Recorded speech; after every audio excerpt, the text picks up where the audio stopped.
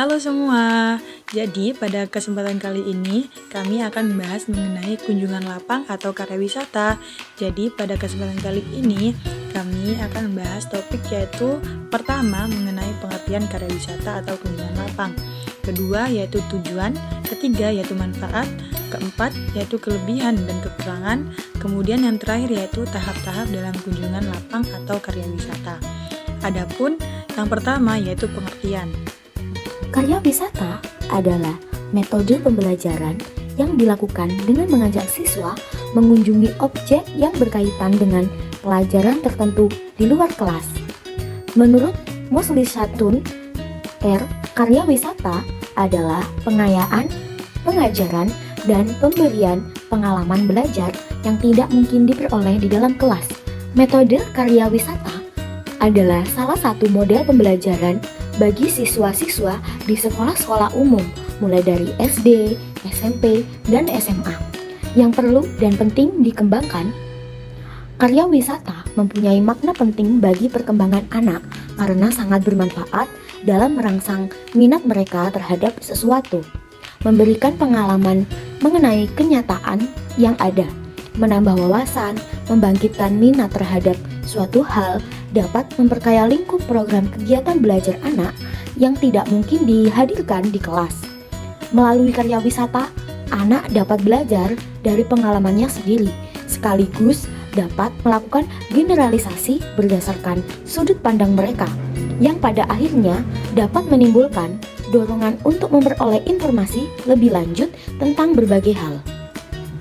Selanjutnya adalah tujuan dari metode karya wisata. Nah, di sini kami akan membahas 3 tujuan dari metode karya wisata. Yang pertama, siswa dapat memperoleh pengalaman langsung dari objek yang dilihatnya. Ketika siswa melakukan karya wisata, mereka tidak hanya menerima informasi dari buku atau guru, tapi juga berinteraksi langsung dengan objek atau fenomena yang sedang dipelajari. Misalnya, ketika mempelajari tentang sistem tata surya, siswa dapat mengunjungi planetarium dan melihat langsung model tata surya, serta pertunjukan langit. Pengalaman ini jauh lebih berkesan dan membekas dibandingkan dengan hanya membaca buku tentang sistem tata surya. Yang kedua, ada siswa dapat bertanya jawab untuk memecahkan persoalan yang dihadapinya dalam pelajaran atau pengetahuan umum. Nah, karya wisata tidak hanya tentang melihat dan mengamati, tapi juga tentang menggali informasi lebih lanjut. Siswa didorong untuk aktif bertanya kepada pemandu, ahli, atau teman sekelompok tentang hal-hal yang belum mereka pahami atau ingin tahu lebih lanjut. Proses tanya jawab ini merangsang pemikiran kritis dan kemampuan pemecahan masalah siswa. Nah, yang terakhir ada siswa dapat melihat, mendengar, meneliti, dan mencoba apa yang dihadapinya agar dapat mengambil kesimpulan. Poin ini menyoroti pentingnya pengamatan yang aktif dan partisipasi siswa dalam proses pembelajaran. Siswa tidak hanya menjadi penerima informasi pasif, tetapi juga terlibat secara aktif dalam mengamati, mendengarkan, dan meneliti objek atau fenomena yang mereka hadapi. Mereka didorong untuk menggunakan panca indera dan kemampuan berpikir mereka untuk mengumpulkan data dan informasi yang relevan. Mengetahui tujuan dari metode karya wisata, kita harus juga mengetahui manfaat dari metode karya wisata. Nah, di sini ada 5 manfaat dari metode karya wisata. Yang pertama adalah mendorong motivasi belajar. Jadi ketika siswa diajak untuk belajar di luar kelas dan melihat langsung objek atau fenomena yang sedang dipelajari, minat dan rasa ingin tahu mereka akan semakin terpicu. Pengalaman langsung ini membuat pembelajaran menjadi lebih menarik dan relevan, sehingga siswa lebih termotivasi untuk belajar. Yang kedua ada mengasah aktivitas fisik dan kreatif. Jadi karya wisata biasanya melibatkan kegiatan fisik seperti berjalan, mengamati, dan berinteraksi dengan lingkungan sekitar. Selain itu, siswa juga diajak untuk berpikir kreatif dalam mencari informasi, memecahkan masalah, dan membuat laporan. Yang ketiga ada mendorong siswa menguasai keterampilan studi. Nah, selama karya wisata, siswa dilatih untuk mengumpulkan data, menganalisis informasi, dan menyajikan hasil temuan mereka. Nah, keterampilan-keterampilan ini sangat penting untuk keberhasilan belajar mereka di masa depan. Yang keempat ada mendorong siswa mengembangkan sikap kemandirian. Jadi dalam karya wisata, siswa didorong untuk lebih mandiri dan menyelesaikan tugas dan mengambil keputusan. Mereka belajar untuk bertanggung jawab atas tindakan mereka dan bekerja sama dengan teman sekelompoknya. Yang terakhir ada kegiatan pembelajaran lebih bermakna, hasil pembelajaran bersifat permanen. Jadi pengalaman langsung yang diperoleh selama karya wisata membuat pengetahuan yang didapat lebih bermakna dan mudah diingat. Pembelajaran yang melibatkan panca indera dan emosi cenderung lebih bertahan lama dalam ingatan siswa. Pada metode pembelajaran, kunjungan lapang atau karya wisata ternyata memiliki kelebihan dan kekurangan tersendiri. Pada kesempatan ini, saya hanya menyebutkan 4 kelebihan dan 4 kekurangan pada metode ini. Untuk kelebihan, yang pertama yaitu karya wisata memiliki prinsip pengajaran modern yang memanfaatkan lingkungan nyata dalam pembelajaran. Karya wisata adalah metode pembelajaran modern yang mengajak siswa belajar di luar kelas, memanfaatkan lingkungan nyata sebagai sumber belajar. Prinsipnya adalah membuat materi pelajaran lebih relevan dengan kenyataan dan kebutuhan masyarakat, serta merangsang kreativitas siswa melalui pengalaman langsung. Kegiatan ini tidak hanya meningkatkan pemahaman siswa terhadap materi, tetapi juga mengembangkan keterampilan sosial dan karakter seperti kerjasama dan tanggung jawab. Yang kedua yaitu menjadikan apa yang dipelajari di sekolahan lebih relevan dengan kenyataan dan kebutuhan di masyarakat. Menjadikan apa yang dipelajari di sekolahan lebih relevan dengan kenyataan dan kebutuhan di masyarakat berarti memastikan bahwa materi dan metode pembelajaran yang diajarkan tidak hanya teoritas, tetapi juga praktis dan sesuai dengan tantangan dunia nyata. Hal ini mencakup penyesuaian kurikulum, pengajaran, dan aktivitas di sekolahan agar siswa dapat mengembangkan keterampilan, pengetahuan, dan sikap yang dibutuhkan untuk berkontribusi secara efektif dalam kehidupan bermasyarakat dan di dunia kerja. Yang ketiga yaitu pengajaran serupa ini dapat lebih merangsang kreativitas siswa. Pengajaran yang relevan dengan kenyataan dan kebutuhan masyarakat dapat lebih merangsang kreativitas siswa karena dapat melibatkan pemecahan masalah nyata, yaitu siswa diajak untuk menghadapi tantangan dunia nyata yang membutuhkan solusi inovatif. Ketika mereka diminta untuk berpikir kritis dan kreatif dalam mencari jawaban, kemampuan berpikir mereka akan lebih berkembang. Yang selanjutnya yaitu juga dapat memberikan kebebasan berkreasi, yaitu pengajaran yang relevan sering menggunakan pendekatan seperti proyek atau kolaborasi di mana siswa diberi ruang untuk mengeksplorasi diri, memilih metode, dan menghasilkan karya. Dan yang terakhir yaitu informasi sebagai bahan pelajaran lebih luas dan aktual. Pengajaran dengan informasi yang lebih luas dan aktual berarti bahwa materi pelajaran yang digunakan mencakup pengetahuan dan berbagai sumber terpercaya yang relevan dengan perkembangan terkini. Hal ini memiliki dampak positif pada proses belajar mengajar, terutama dalam memperluas wawasan dan mengembangkan kemampuan berpikir siswa. Dengan adanya informasi yang lebih luas, dapat memberikan konteks yang relevan, yaitu informasi yang aktual, membantu siswa memahami bagaimana materi pelajaran diterapkan dalam kehidupan nyata. Misalnya, mempelajari perubahan iklim menggunakan data terbaru membuat siswa lebih memahami isu global tersebut.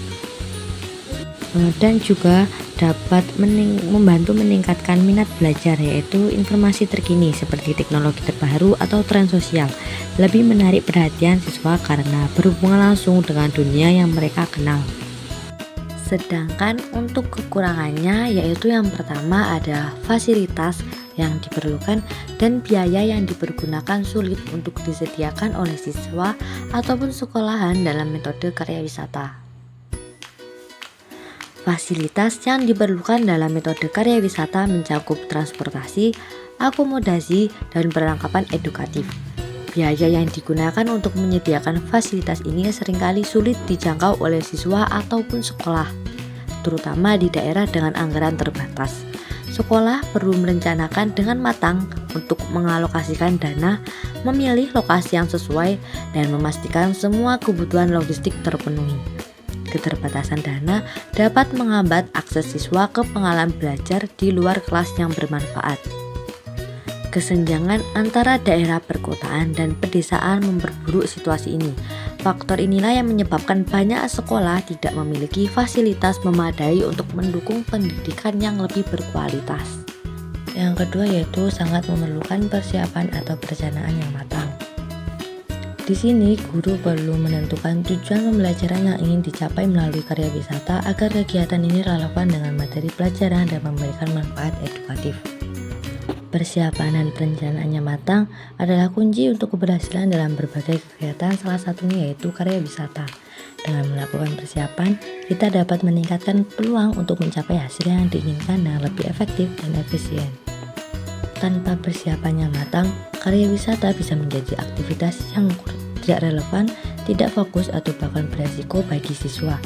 Dengan perencanaan yang terstruktur, pembelajaran melalui karya wisata dapat menjadi pengalaman yang bermakna, menyenangkan, dan relevan dengan tujuan pendidikan.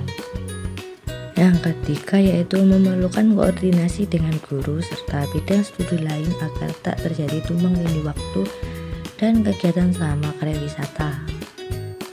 Koordinasi antara guru dan bidang studi adalah elemen krusial dalam perencanaan karya wisata yang sukses. Apabila tidak ada koordinasi antar guru dapat mengakibatkan tumpang tindih jadwal siswa. Hal inilah yang menyebabkan hasil tidak maksimal bagi siswa. Dengan melakukan koordinasi yang baik, sekolah dapat memastikan bahwa kegiatan ini berlangsung dengan lancar, memberikan manfaat maksimal bagi siswa, serta menghindari masalah terkait jadwal. Dan yang terakhir yaitu dalam karya wisata sering unsur rekreasi menjadi lebih prioritas daripada tujuan utama, sedangkan unsur studinya menjadi terabaikan. Jadi, jika fokus utama adalah pada rekreasi, siswa mungkin tidak sepenuhnya terlibat dalam proses pembelajaran. Hal ini dapat mengakibatkan kurangnya pemahaman tentang materi yang seharusnya dipelajari selama karya wisata. Guru harus merencanakan karya wisata dengan jelas, menetapkan tujuan pembelajaran yang spesifik, dan memastikan bahwa semua kegiatan mendukung pencapaian tujuan karya wisata tersebut. Baik, untuk selanjutnya yaitu tahap-tahap karya wisata. Jadi pada metode karya wisata ini adalah salah satu pendekatan pembelajaran yang mengintegrasikan pengalaman langsung di lapangan, yaitu dengan materi yang diajarkan di kelas.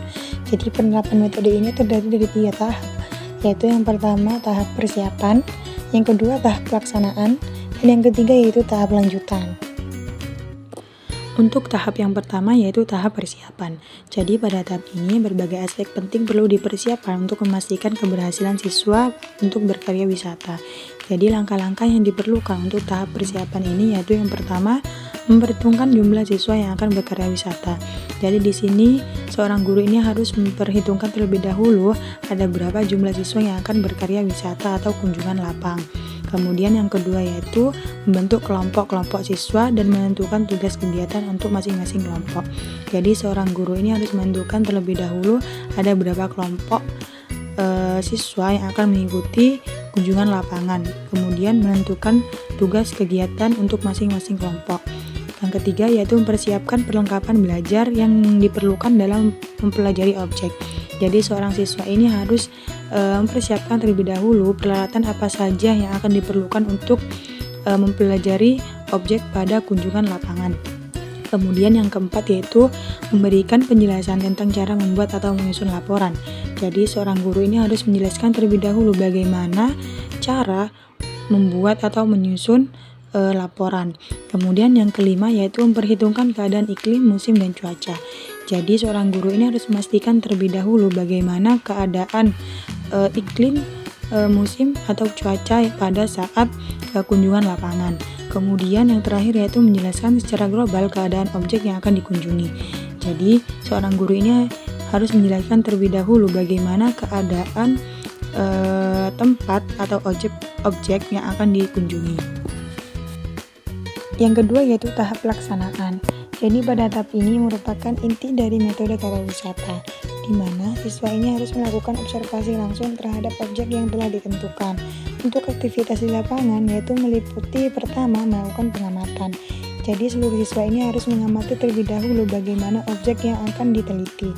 Kedua yaitu melakukan tata tertib. Jadi seluruh siswa ini harus mengikuti tata tertib yang sudah dianjurkan oleh petugas pada saat melakukan observasi. Yang ketiga yaitu teliti terhadap objek. Jadi seluruh siswa ini harus teliti terhadap objek yang akan dilakukan, yang mana nantinya akan bertujuan untuk mempermudah siswa untuk melakukan penyusunan makalah. Yang terakhir yaitu memperoleh penjelasan sebaik-baiknya. Jadi seorang siswa ini harus mendengarkan penjelasan dari pemateri untuk mempermudah siswa melakukan penyusunan makalah di tugas akhir nanti. Yang ketiga atau yang terakhir yaitu tahap lanjutan. Jadi setelah kembali dari kegiatan, penting bagi siswa untuk melakukan evaluasi dan refleksi kegiatan kemudian membuat laporan. Jadi seluruh siswa ini setelah kembali dari kegiatan observasi melakukan evaluasi terlebih dahulu mengenai kegiatan yang telah terjadi atau yang telah dilakukan pada saat observasi pada studi lapangan. Kemudian yang kedua yaitu refleksi kegiatan. Jadi jika ada siswa yang kurang mendengarkan atau kurang memahami mengenai objek atau mengenai studi lapangan yang telah dilakukan, maka hal tersebut bisa ditanyakan kepada siswa yang lain untuk mempermudah siswa tersebut melakukan penyusunan makalah. Kemudian yang terakhir yaitu membuat laporan, yang mana seluruh siswa ini setelah melakukan observasi adalah membuat laporan atau menyusun laporan. Baik, setelah kami menjelaskan mengenai materi kunjungan lapang atau karya wisata, di sini kami akan memaparkan contoh pada metode kunjungan lapang. Berikut merupakan contohnya. Rekan guru, selamat berjumpa kembali. Pada program kali ini kita akan mengulas mengenai pemanfaatan metode field trip atau karya wisata dalam menumbuhkan pemahaman siswa tentang tempat menyimpan cadangan makanan pada tumbuhan dengan memanfaatkan lingkungan sekitar sebagai sumber belajar. Nah rekan guru, mari kita ikuti tayangannya. Pada kesempatan kali ini kita akan belajar tentang tempat menyimpan cadangan makanan pada tumbuhan. Tumbuhan memasak makanannya di daun melalui proses yang disebut dengan proses fotosintesis. Pernah mendengar proses fotosintesis? Nah, sebagai hasil dari proses fotosintesis tersebut digunakan oleh daun untuk mengganti sel-sel yang rusak. Selain itu disimpan sebagai cadangan makanan. Di mana tumbuhan itu menyimpan cadangan makanannya? Ada yang disimpannya di akar, ada yang disimpannya di batang, ada yang disimpannya di daun, ada juga yang disimpannya di buah. Sekarang ibu mau tanya, contoh tumbuhan yang menyimpan cadangan makanannya di akar apa? Tidak tahu? Ya, contohnya tumbuhan yang menyimpan cadangan makanannya di akar, ubi, singkong. Nah, sehingga disebut dengan umbi akar. Sedangkan contoh dari tumbuhan yang menyimpan cadangan makanannya di batang itu adalah tebu, sagu. Itu menyimpan cadangan makanannya di batang. Mengerti semuanya?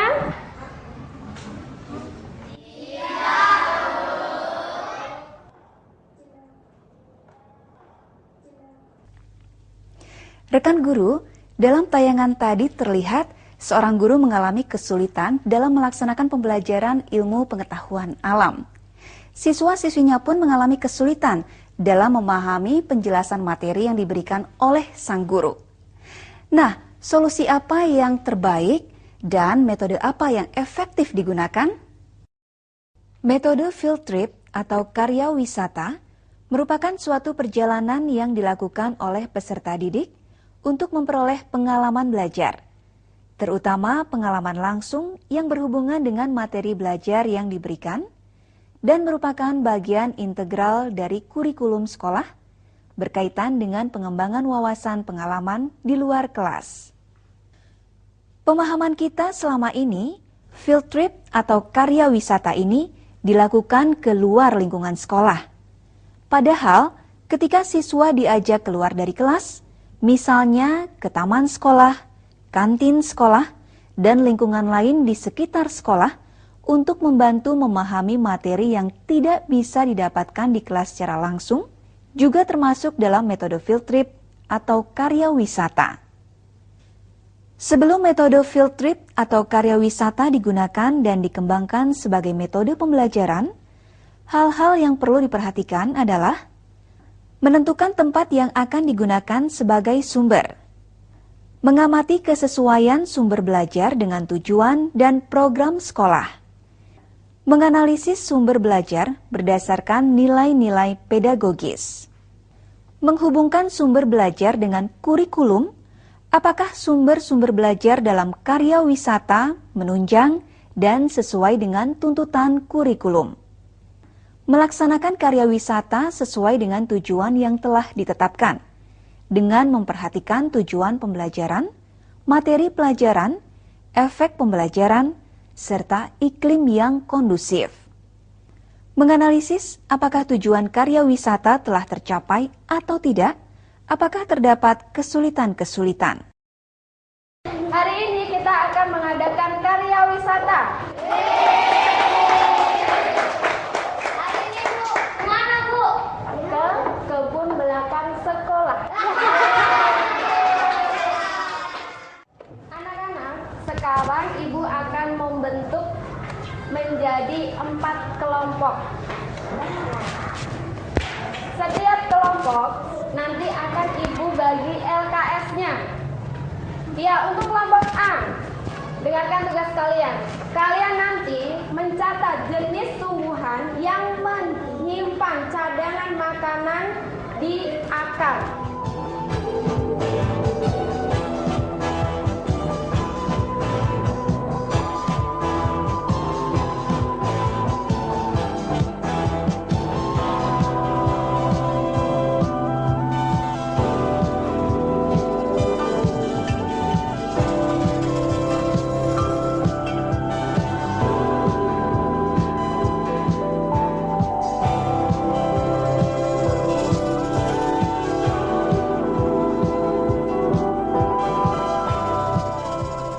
Demikianlah rekan guru, semoga bermanfaat dan sukses selalu menyertai Anda.